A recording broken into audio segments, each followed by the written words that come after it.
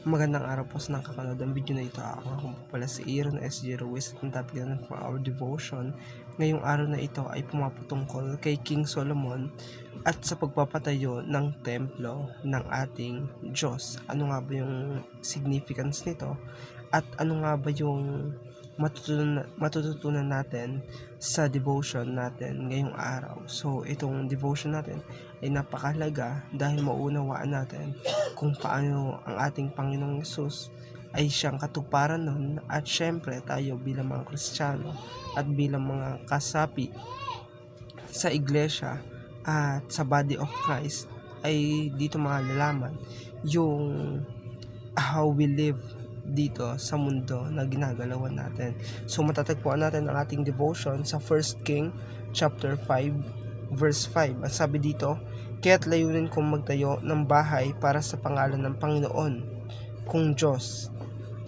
Gayang sinabi ng Panginoon kay David na aking ama, ang iyong anak na aking iluluklok sa iyong trono, na kapalit mo ang magtatayo ng bahay para sa aking pangalan. So dito ay ating makita na si Solomon ay siya yung magtatayo ng templo ng ating Diyos at hindi si David, dahil noong unang mga panahon, doon pa lang kila Moises, ay tabernacle pa lamang ito, or di kaya mga tent. Pero dito sa panahon ni Haring Solomon ay literal na templo, konkreto, at talagang matibay ang pagkakagawa sa gagawin na templo ni Solomon. Pero itong templo na to ay hindi lang to basta building, kundi ito ay foreshadow, no, ng paparating, katulad nga ng ating devotion. Ang ating Panginoong Hesus ang siyang katuparan ng templo na ito.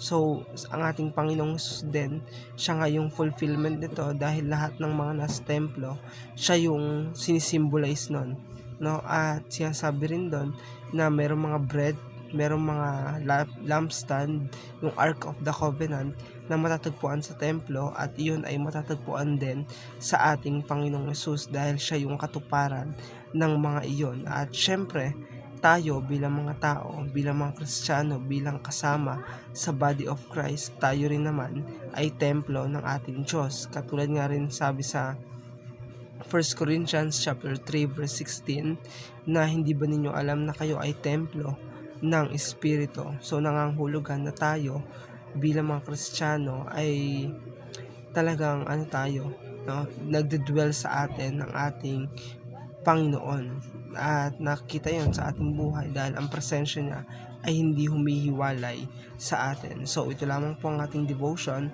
Maraming pong salamat.